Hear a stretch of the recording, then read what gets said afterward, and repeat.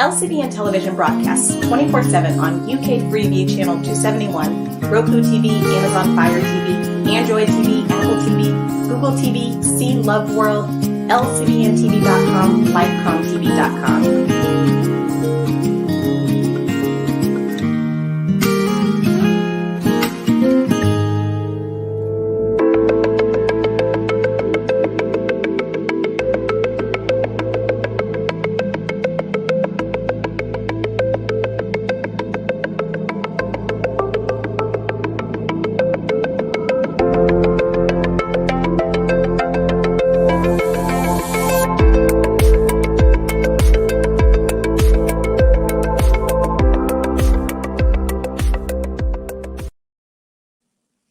Good evening and welcome to another episode of Conversations with Lydia. Thank you for watching, commentating, sharing, liking, and those people who have subscribed. Thank you so much for your support. Today, as you can hear, I'm struggling with my throat. I had it last week and it's lingering, but I'm pushing through. I've got my hot water and lemon ginger. I've been having it for probably like 2 weeks now. But I'm here, and today we've got a lady who's going to talk about self-discovery. What does it mean? We hear it all the time. People are on a journey to discover who they are. I thought when you had your name, your parents gave you some sense of identity. But she coaches, she empowers women to know who they are and why they are here. Please join me as I welcome Seme. Hello. Good evening. Good evening. Thank you for joining me. And as I explained, it took me a long intro this evening because I had a bad throat last week and it's still lingering this week. So you'll bear with me. So welcome. Thank you for agreeing to come. I know you're on the other side of the world. So where are you now? I'm in Atlanta, Georgia. Oh, and what time is it in Atlanta? It's 8 o'clock in the UK. It's 3:03, so 3 p.m. in the afternoon. In the afternoon. Okay. So what's like in the UK? I think. Well, I shouldn't say everybody, but I live for the summer. It's really nice in the summer. But do you have a difference in weather in Atlanta? Yes, absolutely. It's very hot, like really, really hot. So I like the fall or the autumn a bit better than the summer, but I understand you living for the summer. Yeah, I guess when you have warmth 9 months a year, it's not that big a deal for those of us who have it for like 3 months at most. True. That's very true. Okay, as I usually do, please talk a little bit about yourself before we sort of ask the questions. Absolutely. Yeah, so my name is Ohiseme Eroh, and I'm an IT security professional in the healthcare industry. I have 3 children that I'm raising on my own now.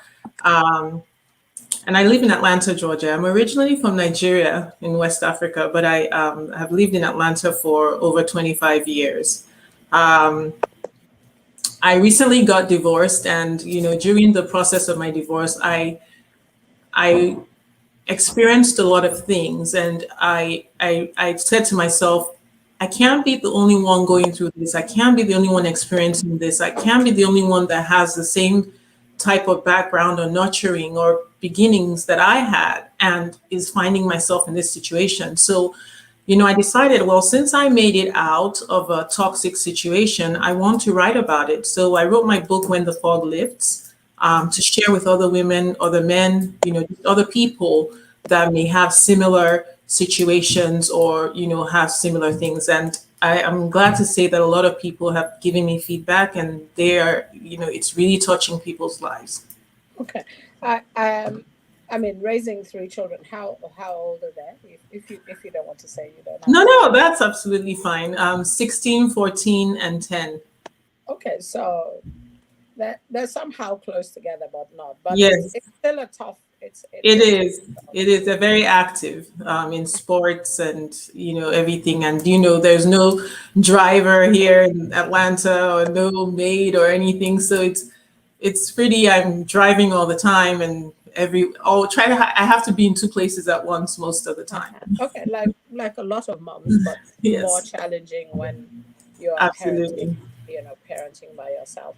And the IT professional, how did that?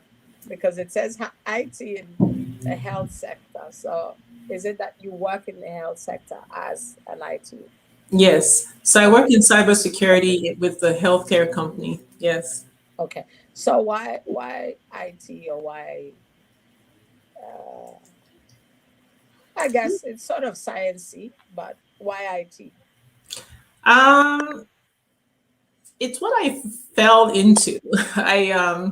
I wanted to be a lawyer, and I mentioned it in my book. But with our culture, I used to talk a lot when I was younger, and everybody was like, "Oh, you talk too much. Be quiet. Shh, shh, shh." And so I kind of backed off, and when I came to the U.S., I looked and I saw that IT might be something that I would like to do. And I just went into it. So I didn't want to do law because I wouldn't be able to practice if I decided to go back to Nigeria. So Okay, so yeah, uh, it was a in between. So are there loads of women in IT? I know in the UK absolutely, yes, a lot, but it's still a growing industry for women because yes. hours are quite long. Not And really. okay, for you, yeah. Some of the roles are quite demanding. I Yes, know I know some of it the pay is good, also here in the UK, but the roles are can be quite demanding. But it seems like you have a good balance between work yeah. and three I'm growing. grateful. Yeah, I am grateful for that. Yes. Okay, so talk about which do you want to talk about first, your book or um, Samariti connections, which Um. Well, I'll talk about the book because I already started talking about it. It's called When the Fog Lifts.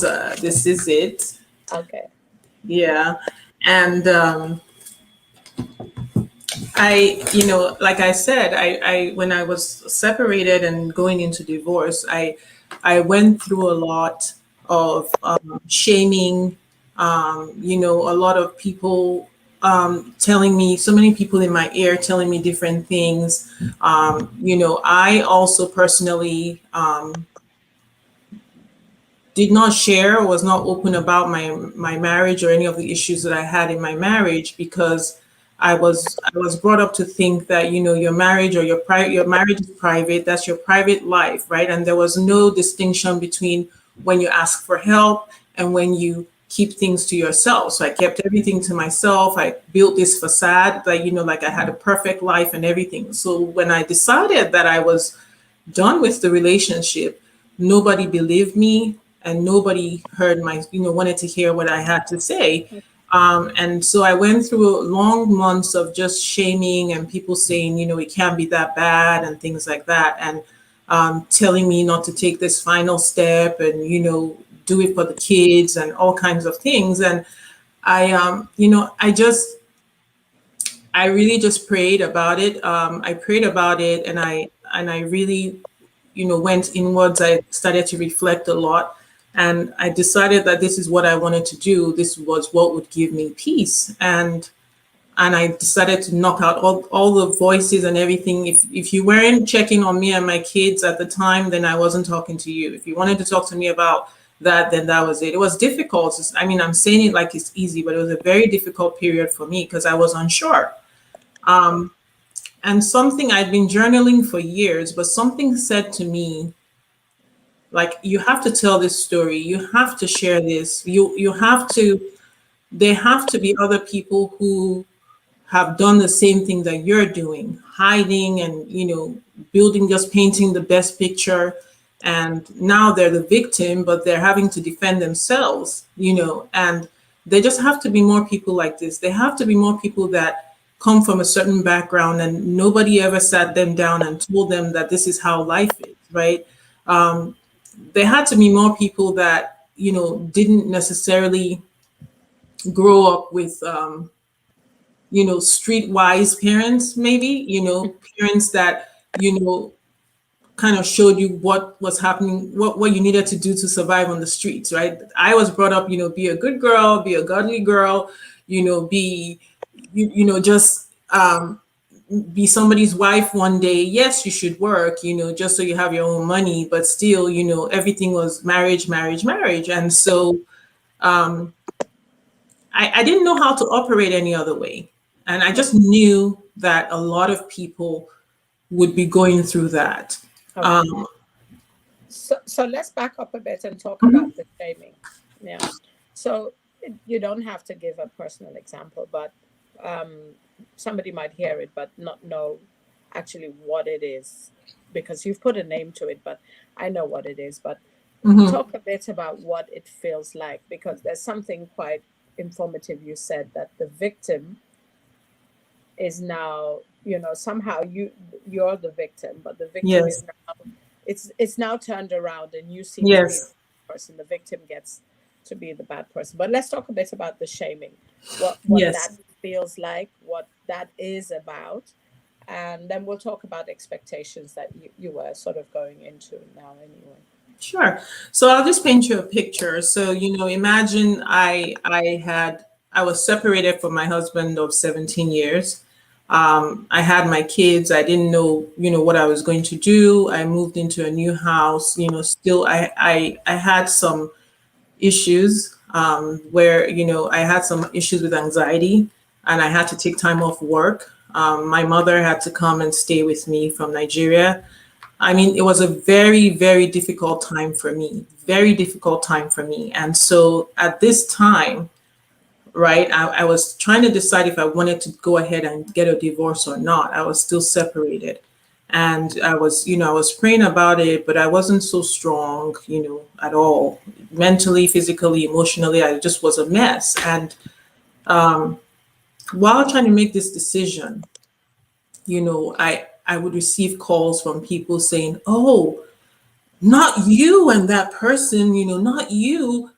Well, you guys, I mean, we look up to you and we respect you. If there's one couple that we just love, it's you and this person."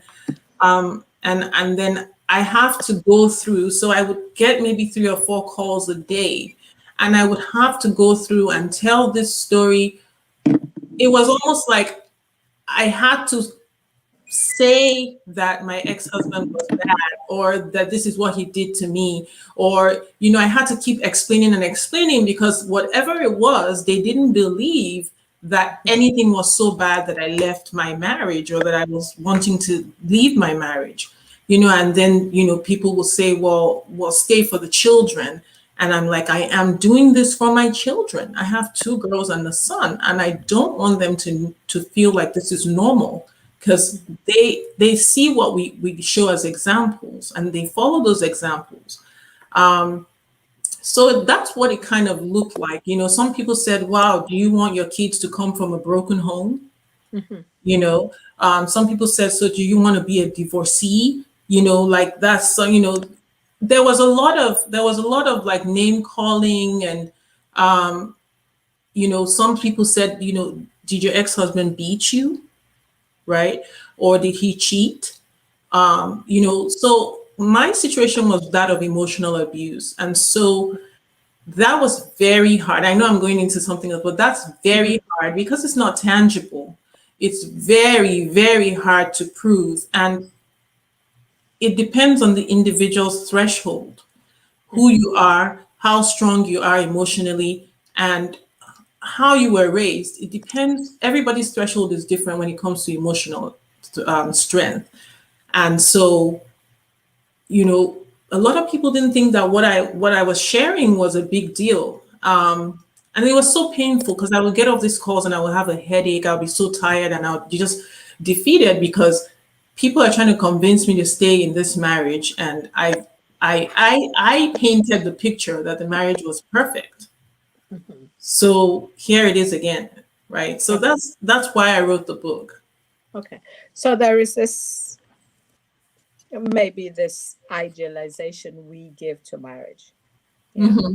So talking about what you were sharing before, that as a girl, I think girls most of the time we have these fantasies of how life will be.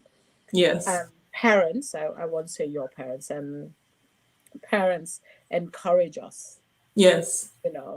be pretty, get educated, Hmm. marry this man, make a home, have children, and this is the sum total. Yeah. Yes. And then when we go into it, because this is what we were born, because if we're talking about self-discovery, we Yes. feel that, oh, okay, this is what I was born to do. Yeah. To be a good wife. I was a good daughter, so I'm bound to be a good wife, and of course a good mother. And then the story, happy ever after, and the story goes on.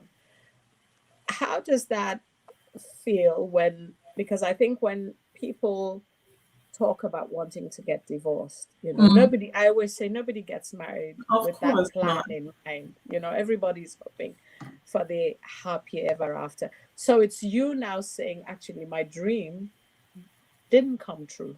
No. Yeah. My Prince Charming wasn't so charming. Now, when people are calling saying, oh, you want your children to be from a broken home, um, you're going to end up a divorcee, as if these other people are less. Hmm. Um, they're talking about the stigma that Yes. goes with Yes. divorce, and saying, actually, it's better for you to remain, especially when we're talking about something like emotional abuse, that there isn't a clear A scar. record. Yeah. Hmm. So Hmm. I can't say I've been to ER 10 times in the last year, or I found these on the phone, or, and he's been Yes. out all night. So I guess that even makes it more challenging. But what happens, at what point did you get to when you thought, actually, this dream isn't a dream anymore, and I need to change. I need something different. So I always say there wasn't one time where I got to that point. It happened different times and I just didn't recognize it. The one that probably comes to mind was when, so this emotional abuse is not visible, but it eats away at you. And so when my health started to suffer, and my health started to suffer, and I was literally tired all the time. Like I didn't want to get up, because when I get up, when I think about getting up in the morning, I'm thinking, oh my goodness, I don't want to get up to the life that I have. Mhm. And when I started thinking like that, and my health started to suffer, I was going to the doctor for one thing or the other. It was just like so weird, random things, just one thing or the other. And my best friend said to me, she says, don't you get tired of going to the doctor all the time? And I'm like, well, something is wrong with me. There's always something wrong with me. She's like, well, that's not good. I mean, I know, yeah, I mean, I know you should take care of yourself. But, to answer your question, when it started to affect me physically, that I was able to, then I had something to hold on to. I could see that this was the impact it was having on me. And so I had to change stuff. I had to change, I had to speak to myself, and I had to like have a plan. So Okay. that's the main thing that I know made me realize that I had to make a change. Okay. That's actually quite important, because a lot of times, as we were talking before we came on, that people are unaware how mental health affects us, Yes, and how actually, when we're not in a good place mentally, it causes our physical health to deteriorate. absolutely. Yeah. And what you were experiencing was the physical manifestation of the abuse, the emotional abuse that you were having, and probably going towards being depressed. Because sometimes when Yes, people are depressed, or perhaps you were, yes. they're always tired. There's this wishing that, life would end for Hmm. some people. wanting to be somewhere else. Or I think, yes, most of the time they sleep and they feel, look, I don't want to get up because it means I have to face life again. So Yes. that's I think that was your turning point when Yes. your friend made that comment to you, and so you sort of realized that actually that what was making you unwell. Yes, we talked about it. My best friend and I, we talked about it, and she was like, "Okay, all these symptoms together." She's like, "Are you sure that it's physical? Do you want to talk to someone?" And I was like, "Well, I'm open to talking to someone," but I had been to therapy before, and the therapy always kind of leads to the cause of my issues, and they'll say, "Well, bring your partner, bring your husband. We want to talk to your husband," and that wasn't happening. So it was like a dead end. So I said I decided to go to another therapist and you know deal with the issues that I personally had. And if we're talking about self-discovery, I I realized that I had to be whole in order to face whatever it is that I needed to face, in order to live my life or make whatever decisions I had to make. I wasn't whole. I was a mess. So I did get another therapist, and we talked, and we focused on me, and I made a plan. I had accountability, and I walked through the plan, and started to learn a lot about myself. You know, Mm-hmm. because when you're in a relationship takes two people. My ex-husband has his things that he's good at, and the things that he's not good at, but I also have my things that I contributed to, and how some of my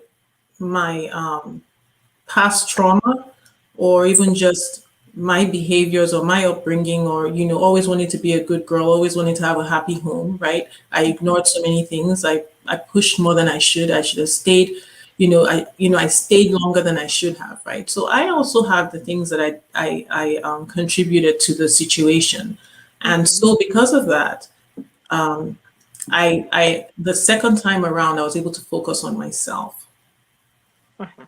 Okay, because I think most of the time when couples have challenges, the um, it sometimes takes two to fight. That's what you're saying. And Yes. everybody comes into the marriage with something. They're coming with their history. Yes. They're coming with their parents' marriage, whether it was a good marriage, whether it was a Yes. bad one or a dysfunctional one that, everybody. So they're coming with their own ideas, and it takes a lot to sort of make your own marriage, not to make your parents, not to make his Mm. parents, but to find even an identity in that marriage. And sometimes things like counseling does help uh, in easing off those bumps, but when a partner isn't willing to engage. So did you, I know in our culture, in African Mhm. culture, the family always tries to intervene. So was there a point that they tried that and it Yes, yes. My dad came to Atlanta, and he tried to intervene, and he gave some guidance, and did some things, said some things, and we were supposed to kind of follow that plan. I followed the plan. My ex-husband did not, and I guess because it was my dad, he felt like it was biased, right? It was biased help. So my dad did intervene. And his family also tried to intervene as well, but they would never come back and give me feedback. So my dad sat with each of us separately and then together. But in his case, I would call the family and they would talk to him, and I would never know what was said or what happened. So I didn't get feedback. So the family did get involved. Okay, so the other question would have been like, is that useful? But let's move on to what people, when we have people have expectations of the marriage. Hmm. people are saying to you, oh, we thought you were the ideal couple and Mhm. everybody looked nice and beautiful. Um, you are disappointed, yeah, and now other people are sharing their disappointment. So, does that make you feel like you failed? No, I think because my marriage was in trouble for a long time, I think I had a lot of time to deal um, with the possibility that it would end. So by the time I was having these conversations with people, um, I knew that it wasn't me that failed. I didn't feel like I had failed, and I had reached the point where it was either me or them. So it was about my health. I had to be healthy. If you were not coming into my space with positivity, I didn't want to know. I didn't want to hear it. So I had passed that stage. Over the years, I think when I heard comments like that, I would feel like I had failed, and I would double up and try to do something else, and I would try to do something else just to make it better and just to make it better. And that's where I say that I contributed, right? Because I always overcompensated for that, making sure that I kept that happy home. Okay. Mhm. Yeah. So, I when people say we a lot of people, the reason I asked that question, because Mhm. when we think about the dream and all of that, and Mm. then it's not there. But I think what you're saying was you had thought to yourself, actually, this thing isn't going to work anymore, and I have to choose me. Yes. Yeah.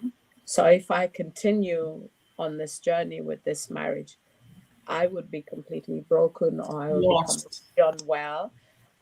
But I choose me, because I need to survive, and I need actually to be a good mother to my My children. So children. I had to make the choice. So was that like the first place where you discovered you?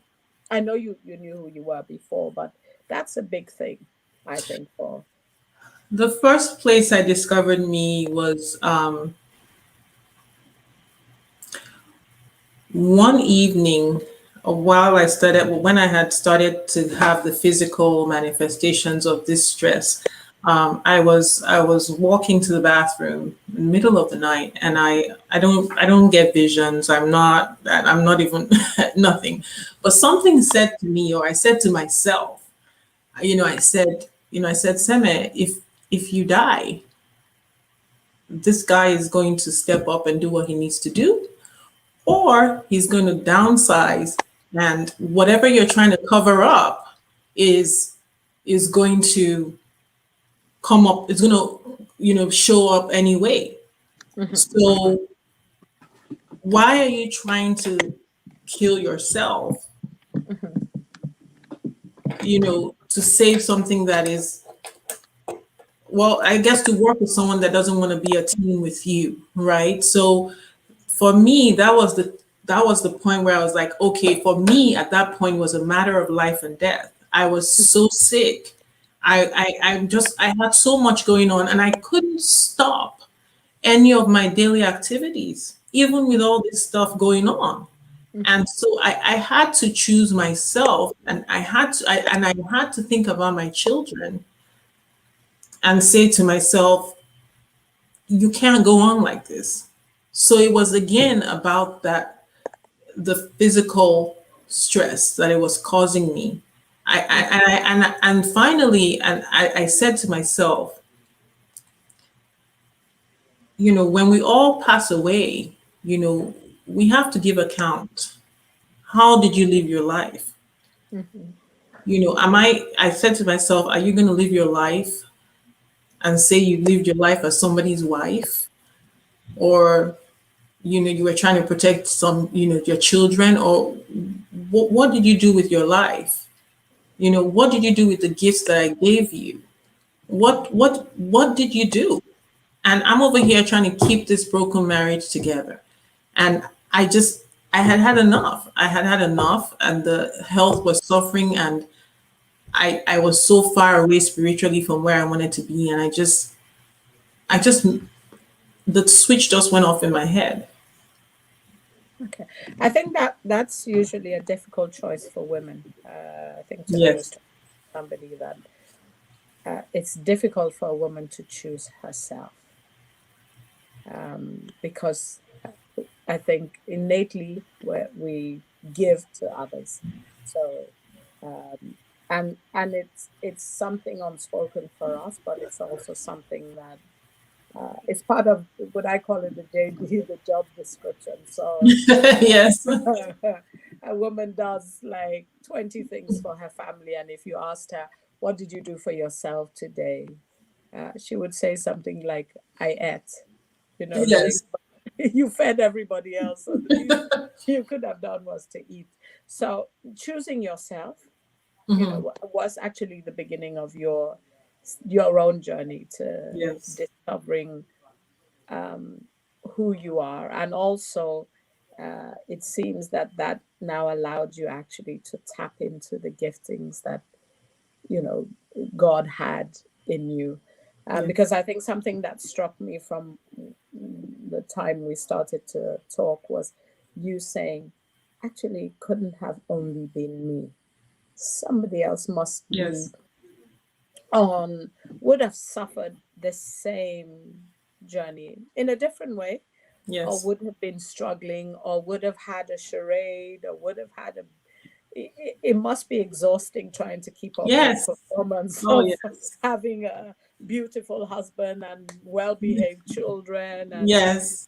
same time careers, when underneath so much was wrong. Yeah. So was that when did Samarity start? So Semerity, so I spent most of last year writing the book. And I thought to myself, okay, so you write the book, then what? And so in trying to promote the book, I started to again. So what I did was I got a group of women, a group of my friends, and I asked them to choose a chapter from my book. I sent the book to them ahead, and I said, choose a chapter that resonates with you. And after I had the conversation, I think there were 9 of them, and they all chose a chapter that resonated with them. And after I had the conversations with them, I just knew that, this can't be it. I mean, it doesn't mean that everybody is at the stage where they want to leave their marriage, right? It just means that we need a tool. So one of my quotes is that we need a rule book for marriage in the 21st century. Like we need to figure out how to do this because things are so different. And so I just wanted to build a community where women can feel safe, heard, and understood. And, we can talk without any type of judgment, without any push for, oh, you need to get divorced, you need to leave your marriage, you need to, no. Well, how can we be healthy in a healthy situation? How can we thrive? How can we find ourselves? What do we need to do?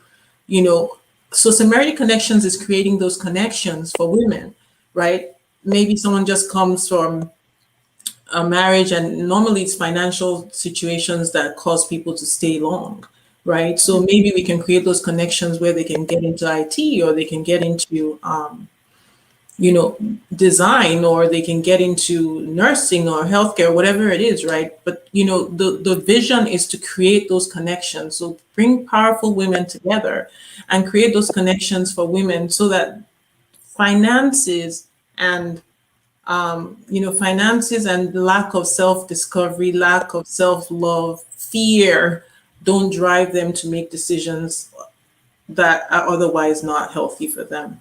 Okay, because I think when you were speaking earlier, you talked about having a plan. Yeah.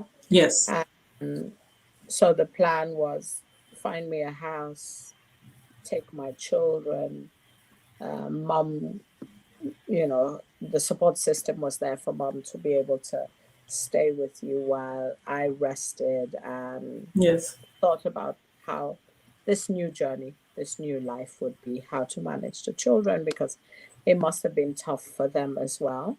yes, When a marriage breaks up, it has also, especially if the children are of an age where they know mom and dad together and are home together. It can be difficult. So serenity helps. Not that it's bringing every woman who wants to leave their home, but it's causing women to be empowered. It sounds like a lot financially. If, we know going to school, getting a Yes. good job helps. It might not bring the solution, but it will help empower the woman. So Yes. she's making a choice. She's just not making it on the fact that I'm financially dependent on him and I I'm don't have. scared. Yeah, Okay. I'm scared. I don't have a community, right? We need to Mhm. have that community where you can come and you can talk about things. You know, just even about self-care, Mhm. self-love, self-discovery, right? Hobbies, what do girls do? Just things like that. We just don't have enough of that. And I think, just creating that community is really what I want to do, regardless of what situation people are. Because I think we all have something going Okay. on. So, that's another, um, maybe another touchy part because people listening can feel, oh, she's just helping women leave their marriages. No. Yeah. All right. So it's about actually helping them to be better. Yes. Yeah, to make Yes. better decisions. Yes. And I think, as you said earlier on, um, I also had things and behaviors that I contributed that maybe made the situation even more difficult for both of us. So Yes. when these women come, they're learning about themselves. Yes. Um, when people come to me, I actually say that counseling actually just makes you self-aware.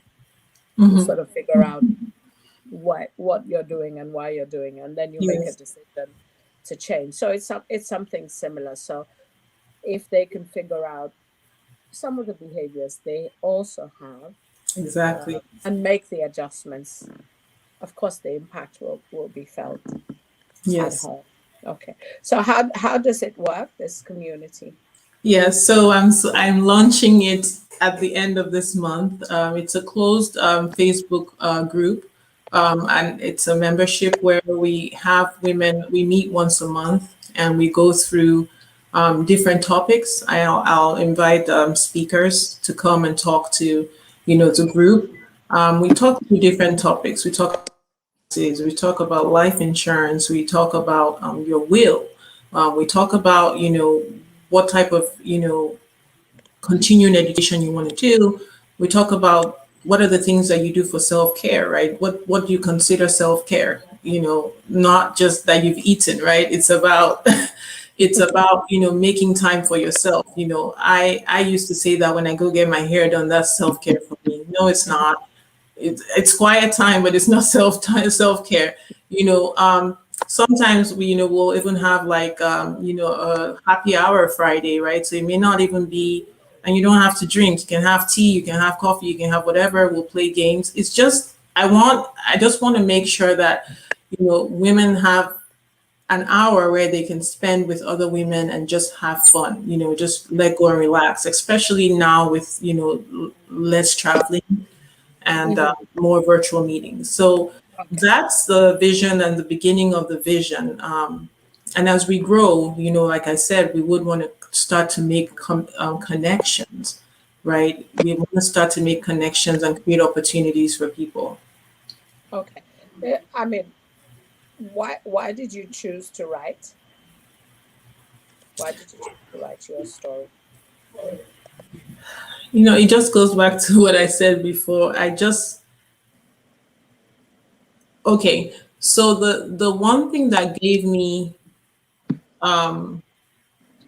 peace and solace when I was going through this journey was when I finally found a support system and somebody made me feel like I wasn't crazy. And so, back to what I said before, I just want people out there to know that they're not crazy. That they're not that yes, this is actually happening. You can contribute to it, You may not. People are good, people are bad, just life. I just was very naive. And, you know, I just wanted people to kind of just open your eyes. And one of my quotes again is, don't apologize for opening your eyes. Okay. So, something like emotional abuse sometimes is difficult. Um, but what you're saying is that I felt I was losing it. Yeah. So give us an example. As I said, doesn't have to be personal. Just give an example of what it may Yes, be. So so that people, obviously, if a man or a woman watching, and yes. we hear this word emotional abuse a lot, but it's difficult to articulate. You know. So, okay, so an example would be, I don't want to use big words, but I think you'll probably know what I'm sharing. If you're in a relationship and it doesn't even have to be marriage, and you have an argument with somebody or something happens, you have a situation with somebody does something to you, does something wrong to you, and you try to address the thing that the person, that you're talking about, like, I didn't like this or whatever. And let's just say 2 hours down the line or an hour down the line, you're looking back at yourself and you're questioning yourself, thinking, oh, maybe I did something wrong. Maybe I'm the one that's wrong here. You start to think, first of all, remember you brought up an issue that you didn't like, and you decided to ask your partner about it. And at the end of the day, you're questioning yourself or even apologizing for something that you didn't do. It's like you're going crazy. And so it's about manipulation. Emotional abuse is about manipulation. It's about mind games. You always feel unsettled. You always feel like you're in limbo. You never know where you stand with the person, right? And it could be at work, professionally as well. You never know where you stand with the person.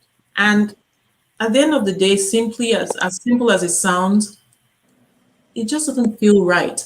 What I've realized in my journey is that what is right for me doesn't have to be right for the other person. So I think we need to start being honest with ourselves about what is right for us and being strong and unapologetic about what is okay for us, protecting your space. Okay. I mean, something that I think people can they can Google when we're done. Is a typical example of that is gaslighting. Yes. We call it gaslighting in the Yes. therapy world, where um, s- there's a story told, and the person looks at you and says, "No, that's not what I said," or "That's not what I did," or "I didn't take the money," and you are now questioning your reality, that did that actually happen. A bit of mind on the low level is what we call mind games. On a Yes. bigger level is what we call gaslighting. Yes. And it can be quite serious, but as you've even tried to articulate and explain it, it might be difficult to explain. And one of the uh, ways of addressing it is to actually challenge the person and say, "This is what I did," or "This is what I said," and you know what's happening here.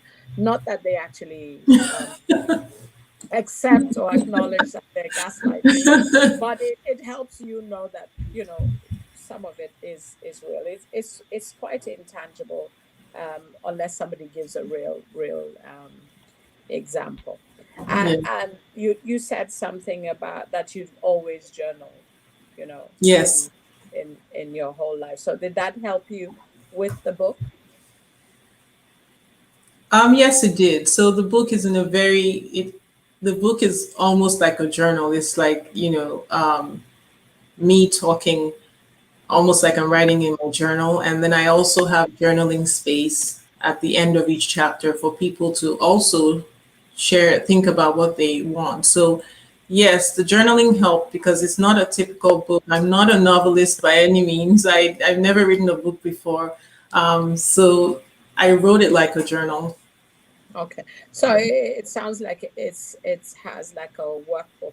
It's like a Yes. journal, a workbook space where Yes. people can read through and journal or write what resonated, or Yes. questions around what they would do, or if that were them.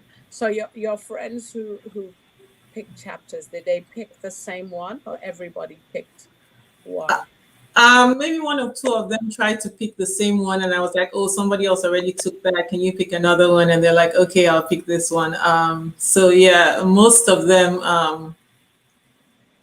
I think one of them, the one that most people tried wanted to talk about was, there's one called "Check on Your Strong Friend."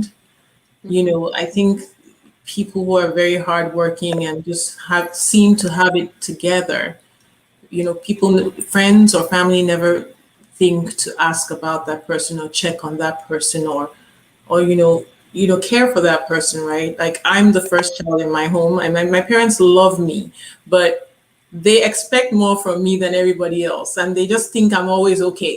Until my marriage broke down, I was like, always okay, she's gonna be fine, she's got it handled. But now they treat me with kid gloves, because they know that I'm a little fragile. So that chapter was the one that I think everybody wanted to talk about. Okay.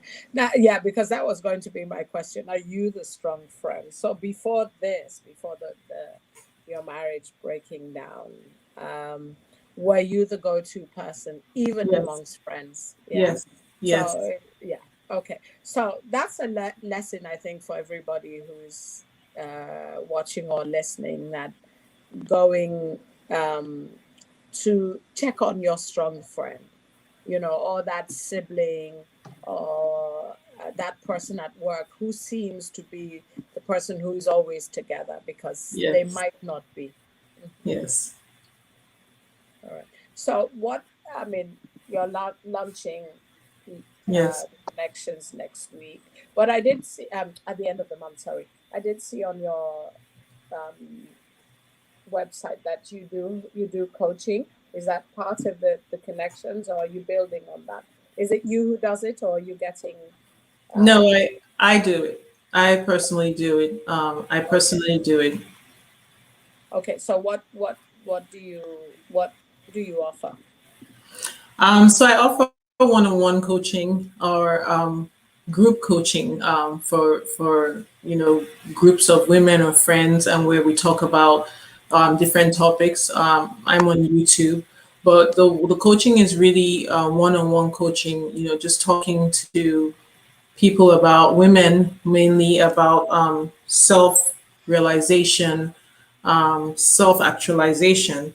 Um, just trying to thrive in whatever situation that they're in, right? Oh, Just starting to understand themselves. okay. So what's self-realization?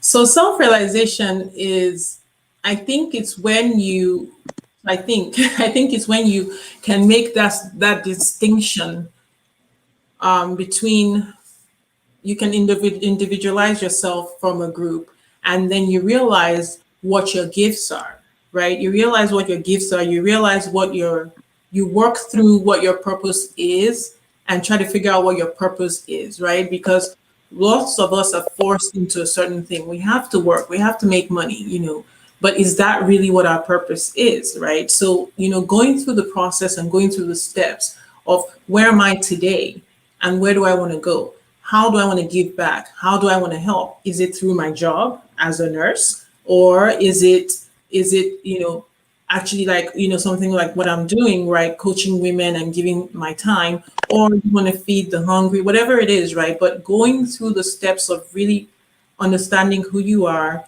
and what your purpose is, Okay. And the realization, self-realization. So there's self-discovery, self-actualization, self and real getting realize and getting there, like actually getting to your purpose and really working in your purpose. Okay. Does self-discovery end, in your opinion? I don't think so. Every day, I don't think so. Every day, I mean, I think we just have so many gifts, so many opportunities. I think my prayer is that I'm open. I'm open and able to take advantage of the opportunities that I get. So, no, no. Okay. Yeah, because I think even sometimes life changes and we have to change with it. So you started out as a girl who went to America to study, met Yes. somebody, got married, became a mom. So we grow and we develop Shift. as Yeah. life evolves, you know. Yes. Yes. So what would be your like? I always ask people when the show is coming, the program is coming to an end. What would you leave us with? What would be? Actually, I'll leave you with something from the last point you made, where you're talking about, you come, like for me, I came to the US, I came to go to school, then I decided to stay, and then I became a mother, a wife, and then a mother, and now I'm divorced. What I want to leave everybody with is that just like when you sign up for benefits, health benefits, right? If you have a situation, a life-changing event is what it's called, you have to change your insurance. If you have a child, you have to change your insurance. So I ask everyone to please, when something changes in your life, you get a promotion, you get a demotion, you decide not to work anymore, you have a baby, you start a business, your kids go from one grade to the other, realign as a family, realign and make a new plan. Make sure that you and your partner and your family are on the same path and that you're adjusting your plans based on how life is changing. I think that's something that really causes a lot of problems because people continue to operate as if they're still in college or as if they just have one child when they have four. Mhm. So let's make sure that we adjust and we compensate for those things. We make our plans, we change, we budget, we look at chores, we look at things like that around the home and make sure that we're changing based on how our lives are changing. Okay. So evolving as life evolves, we Yes. also should. Yes. Intentionally evolve as well. Yes. Yeah, I think everything is about intentionality.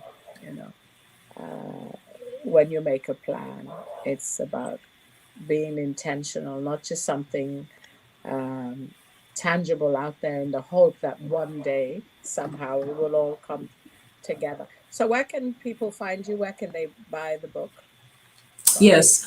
The book is on Amazon. Um, it's also in stores in Nigeria, bookstores in Nigeria. Um, it's also on my website, semeeroh.com. So that's SEMEEROH.com.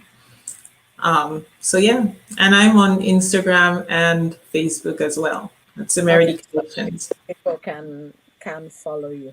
Yes, and YouTube as well, 360 with Semen. I, you know, Ah, I, I drop some, I drop some knowledge once in a while. yeah, it's the intentionality. Yeah, it's a lot to manage with work and Yes, absolutely. three growing children. But well done. Thank Um, you. Thank you again for joining me this evening. Thank you for Uh, having me. It was a very nice conversation. I enjoyed it very much. Thank you, and I wish you all the best, and your lunch will be successful. Thank you. Thank you. I appreciate it. Thank Thank you. you. Bye bye. Bye bye. Oh, talk about it being intentional, self discovery, making decisions, having a plan, self actualization and realization, and most especially evolving, not only evolving as life evolves, but I think more especially, please check up on that friend that is the strong one. Thank you for listening, for watching again. My name is Lydia Khalil, and I will see you next week.